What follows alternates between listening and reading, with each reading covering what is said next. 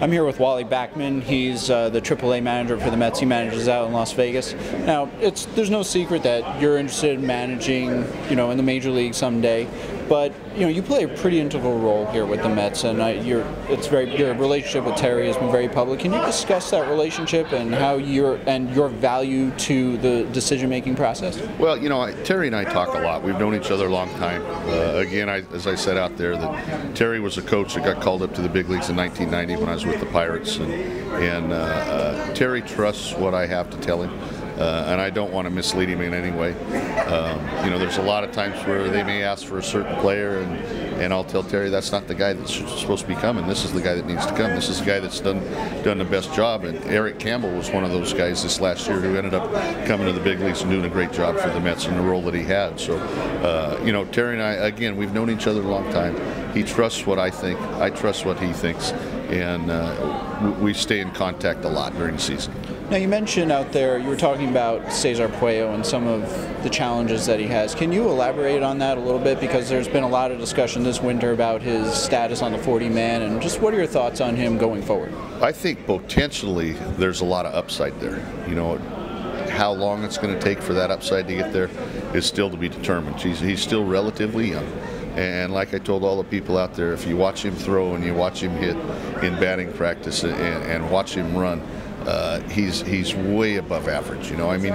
He's a 60 on the way that we grade guys, 50 being a major league average. So all the tools are there.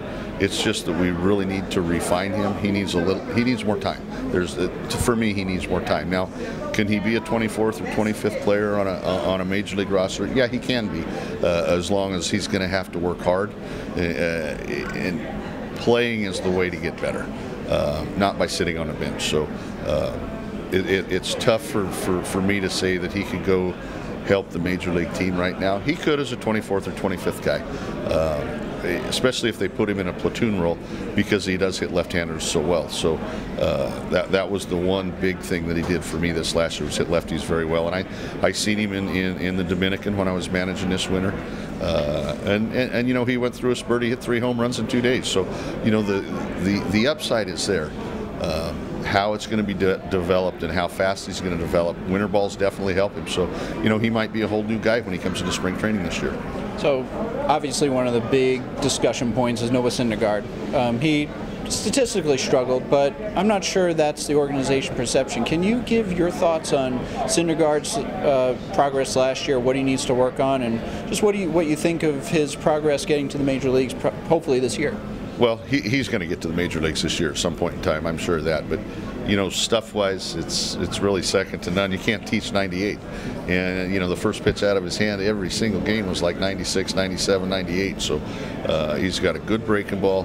He improved on his changeup. I think it was a big asset when our pitching coach Frank Viola had the heart issue. So I didn't have Frankie for a half a year, and I seen much bigger improvements with Noah the second half of the season when Frankie got there. Noah's got to work. He's got to be able to speed the tempo of the game up a little bit for himself, and he's a little slow to the plate, which is they're relatively easy fixes, but it has to be second nature for him. It's where he doesn't think about it. Noah Syndergaard is going to be a very good pitcher at some point in time, and I'm sure it's going to be this year. Well, you brought up an interesting point. I'd never really thought of his delivery and the tempo. Could his slowness to the plate be related to his size? I don't think so. The one thing that we really worked on all year long was his tempo. I mean, he just took too long to throw pitches at times. He didn't hold base runners very well. Those were things that he improved on greatly in the second half when Frankie got there. When Viola was there, it was different, because when Frankie was sick, we had so many different guys coming in that a whole lot of things I don't think were getting done, because we knew Frankie was coming in to be the pitching coach. So with a little more seasoning, Noah can he be a #1 starter on a championship team? The stuff says he can be, but we'll just have to wait and see. Now, during your panel, you talked a little bit about Game 6 and that last inning, and in not so many words, it was a roller coaster for you. Can you discuss? I mean, I saw you were wearing your '86 championship ring. Can you discuss that roller coaster of emotions? There are 2 outs, nobody on, and then the next thing you know, all hell's breaking loose with Knight scoring the winning run.